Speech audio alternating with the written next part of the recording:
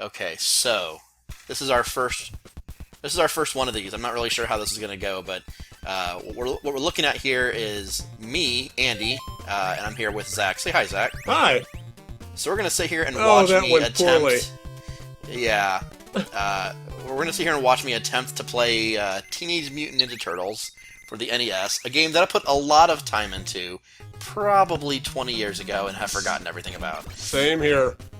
Yeah, so I know this game is pretty well hated by a lot of people. I didn't have a problem with it when I was a kid, but yeah, It's kind of like it's a Castlevania game, really, it's actually with a lot more bad guys. Well, and it has sort of the similar like the canned jumping. Like you don't have a lot of control over yourself while you're in the air. True. Which is very similar to those kind of games. I think one of the big problems I had with this game, even when I was a kid, was like the turtles are very unevenly powered. So like, there's never a reason to not use Donatello, pretty much. Exactly. Like Raphael is worthless, which is why I'm using him first, so that he dies earlier. The other turtles are just there to absorb damage. Pretty much, yeah. Like Michelangelo is super weak, Raphael has no range, and Leo's at least got a little bit of range, but also is pretty weak. At least Leo has a really sweet downward strike. Yeah, he does. You can see that my attempts to actually seriously play this is relatively half-baked, you know, evidenced by the fact that I died 30 seconds in, which was legit. I had no idea that thing was coming. It's been far too long. One of the weird things about this game that you probably figured out pretty quick is if you don't like the enemy set that's in a room, you can just leave and go back in and maybe get a better enemy set. The enemy sets aren't static? I would assume it's the same every time, isn't it? Nope, you can in very often, it might be static sometimes, but very often you can leave a building if you don't like the enemies and go back in, and there'll be a different set of enemies. All right, so this is Bebop, right, with the cool glasses. Right on. The boss AI here is pretty stellar. I like the part where he jumps into the ceiling. Yeah. His only attack really is running and jumping, which, you know, at least Rocksteady up there has a gun.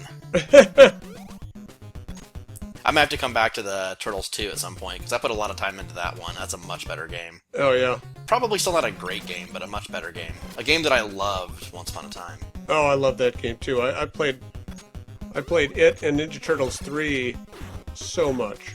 They're basically the same game. They really are, but I never owned the third one, so it always had a little bit of an air of mystique to me. I think I rented it probably a handful of times, though. Yeah. Like you did in 1989 or whatever. Exactly. It had fantastic cover art. That's the thing I remember the most. Yeah, I think I remember that too, actually. Had a Raphael, I think, fighting a Triceraton or something. Oh, sure. Oh yeah, this is the part where I got really mad because I realized that there was no reason to be in here except for the pizza. But at least I got the pizza. You got the pizza. Yeah. So when I was playing these games when I was much younger, I had a lot more patience and appreciation for the idea that not every part of the map should lead somewhere. I mean, it's realistic, right? Not every part of every map should be, you know, meaningful, right? Well, but it is a little weird, like in a game, super goal-oriented game like this. Yeah, like it didn't really ever occur to me that that's just really poor design to have an area that goes nowhere. Yeah. Did you ever get to the Technodrome when you were younger? No, I don't think I did. Okay, we've skipped ahead a little bit here, and I have Donatello back. No, I don't think I ever got to the Technodrome. Technodrome has a lot of blind alleys and stuff. There's like no point. Now, the easy way to beat Rocksteady here is just sit up on top of those boxes and aim downwards. I remembered that, but I was kind of trying to play it straight. Oh, yeah. But yeah, I remember that was a really easy boss. As long as you still had Donatello, it was a really easy boss. Yeah, exactly. Otherwise, you're screwed. I'm pretty sure that I never made it to the Technodrome. I remember getting to... Well, maybe I did get to that stage. I don't really remember. Did you fight the giant mouser? Maybe. Okay. It's been well, you so fight the giant mouser, and then, like, in the very next level, the boss is the Technodrome, which you have to fight. And My then, memory is telling me that the stage after the dam is, like, yellow and greenish. Does that sound right? Yeah, it does. That does sound... Yeah, I think you're in just another part of the city. Yeah, I think that or might an be as airplane far as I've hangar? gotten. Maybe it's an series of airplane hangars. I want to say that might be as far as I've actually gotten. Yeah. Like, this game, I feel like, I mean, this game it is terrible, but it has some interesting ideas and saving graces. Sure. And especially when you're Donatello, I really do think it's a Castlevania game because he's basically Sure. doing the whip animation.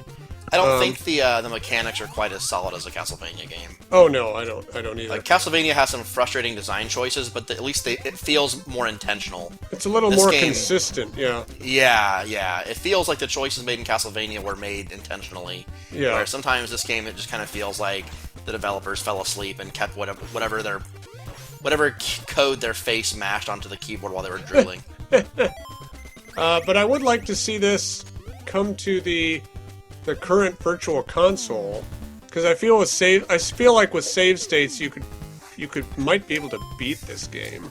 You know, it's kind of a miracle we got it in the first place, and it had that $1 tax on it when it originally came out on Wii. Yeah, that's true. It did. You think with that movie that came out over the summer, they would go through the effort of trying to go through these licenses again. Yeah, that's I mean, true. this is basically I'm a surprised Konami they game, didn't. isn't it? It is a Konami Ultra, but it is Konami. Right. It's So a the Konami licensing imprint. shouldn't be complicated. Konami has other games on Virtual Console. Yeah. Like, it really makes me sad that there's like not an easier way for these kind of licensed games to be easily playable on Wii and Wii U. And we never got like Ninja Turtles 2 or 3. So or I was even Turtles convinced- in Time. Right, yeah. I was convinced here that you could jump up between that gap and get kind of pushed up there without having to go through this little area down here, but I couldn't figure it out. That'd be too easy. There was at least one part of this game, one of these little mini stages that I remember being able to like drastically shortcut, but I couldn't tell you where it was at this point. Yeah, neither could I. Boy, it's been so long since I played this. Yeah. I mean, I've got it on Wii too. I even paid the $1 tax, but I didn't play a whole lot of it. Yeah. It's it's not great, but I will say that it's not awful. And it maybe gets a little more flack than no, it probably deserves all the flack that it gets. Yeah. And especially for this part right here. This is the dam worst part of the is whole the worst game. part. So I think we'll see very quickly that my patience for trying this game again is about to run out. Well, you know, it's the time limit that sucks about this level. Yeah. Like, you could do it. I mean, it's hard enough with the electricity that doesn't have any graphical, warning. Yeah. It's not like there's electrodes on either side of that. And then this stupid reef stuff kills you immediately. Like, I feel like I don't know.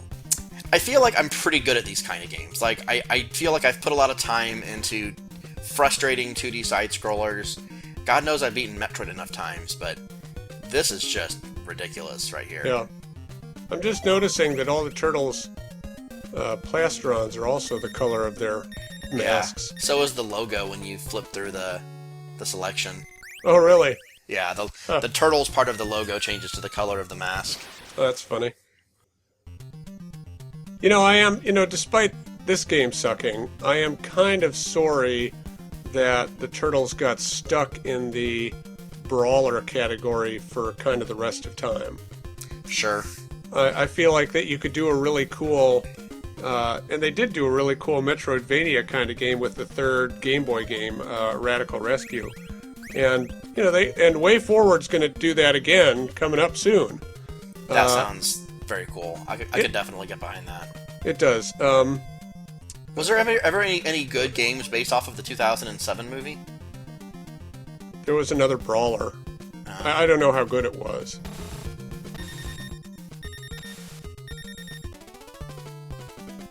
Go, Raphael. All you right. got this. Yeah. Good luck. I really like that 2007 Turtles movie. I haven't Yeah, I seen did it too. since, I think maybe when it first hit DVD, I rented it. Yeah. But I would like to watch it again. It's not really available on any streaming service, which is too bad.